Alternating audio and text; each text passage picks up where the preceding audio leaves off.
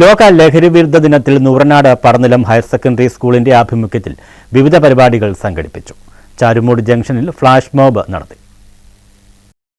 നൂറനാട് പടനിലം higher secondary സ്കൂളിന്റെ ആഭിമുഖ്യത്തിൽ ലോക ലഹരി വിരുദ്ധ ദിനത്തിൽ ബോധവൽക്കരണത്തിന്റെ ഭാഗമായി വിവിധ പരിപാടികൾ സംഘടിപ്പിച്ചു.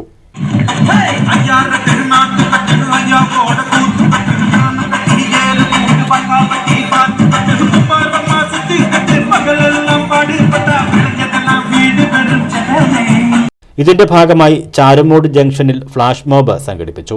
Nooranad excise circle inspector Jayaprasad ഉദ്ഘാടനം ചെയ്തു.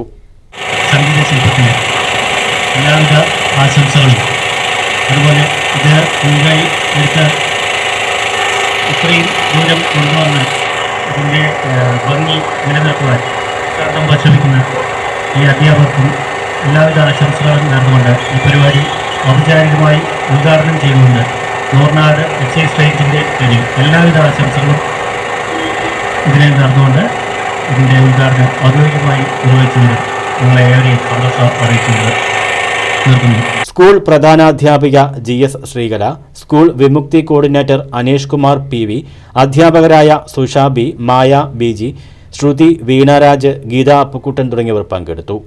News bureau, Charummood.